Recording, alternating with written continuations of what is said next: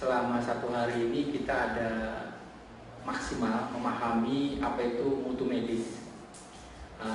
Nanti apa kaitannya dengan yang lain bisa ditanyakan. Karena berkaitan medis itu bukan hanya quality, di situ ada safety, ada lingkungan, banyak yang mesti diperhatikan. Karena kita hari ini berkaitan dengan mutu medis, kita dengan pendekatan ISO 9001, karena itu standar internasional. Nah, poinnya itu yang akan kita pelajari hari ini.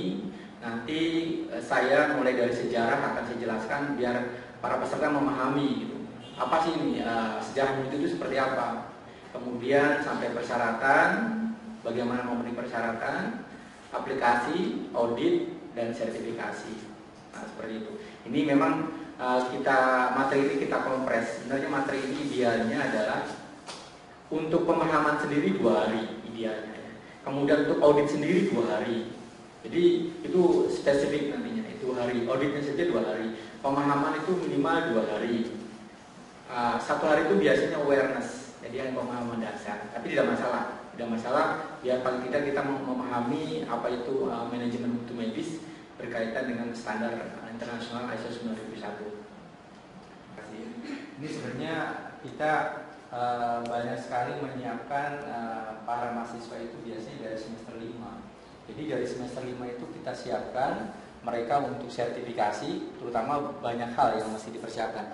Karena dewasa ini tidak hanya cukup kita lulus dengan sertifikatnya dari kampus ya, atau ijazah. Misalkan kita next masuk ke dunia kerja, Anda langsung diberikan masalah, langsung diberikan sesuatu yang harus mampu.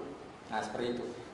Ini tidak masalah. Jadi Anda pun sudah ada keinginan untuk mau belajar, itu sudah credit point. Sudah credit point, Anda ingin tahu banyak. Karena pada saat nanti Anda misalkan farmasi, masuk ke suatu rumah sakit atau masuk ke suatu lembaga yang berkaitan dengan medis, Anda langsung dihadapi kepada masalah-masalah gitu kan.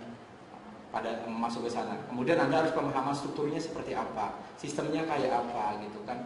Jenis-jenis pelayanannya apa, yang Anda kerjakan apa, job desk-nya bagaimana. Sudah seperti itu di lapangan itu. Jadi tidak semerta-merta, karena pada saat masuk Anda fresh graduate, nanti kebingungan apa yang harus saya kerjakan pertama kali masuk. Nah itu kan jadi ini.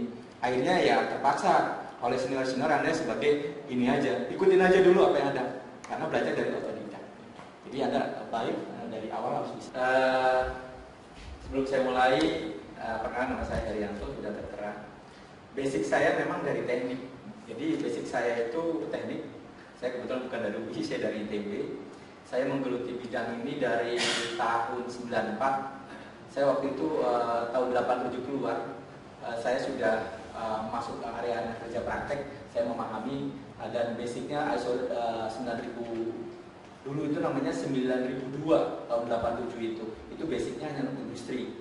Sekarang itu sudah arahnya adalah kepada jasa. Sekarang akan keluar lagi ISO 9001 versi 2015. Akan keluar yang terbaru.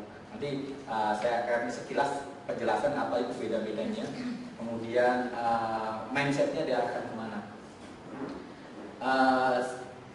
Kalau untuk perusahaan, rumah sakit, klinik, kemudian jasa yang lainnya, saya sudah cukup banyak. Karena saya dari tahun-tahun 2000-an sudah terjun, bahkan sebelumnya kurang lebih ada 800 perusahaan ya. Jadi sudah dibangun sistemnya dari mulai K3, lingkungan, dan juga quality.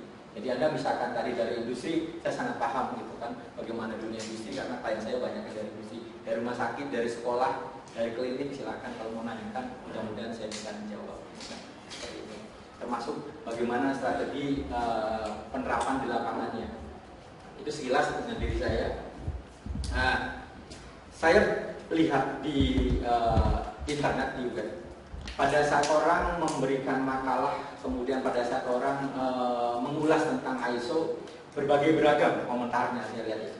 ISO itu adalah high cost, membuang uang, ada yang mengatakan begitu. Kemudian kenapa rumah sakit itu tidak hanya ke infrastruktur saja, kenapa perlu ISO gitu kan. Kemudian kenapa istilahnya kayak pemerintah harus menenderkan sistem ISO, daripada untuk itu dia bilang lebih baik untuk infrastrukturnya seperti puskesmas dan sebagainya. Kemudian kami ke depan akan menggarap 4 puskesmas di Tangerang. Nah, kita harus pahami dulu bahwa ISO itu adalah International Standard for Organization. Jadi suatu standar sistem. Jadi ISO itu standar sistem, aturan main suatu organisasi. Jadi sifatnya software ya, sifatnya software, bukan barang ISO itu. International Standard Organization. Apa bedanya rumah sakit, klinik, dan organisasi yang sudah di ISO dan yang belum?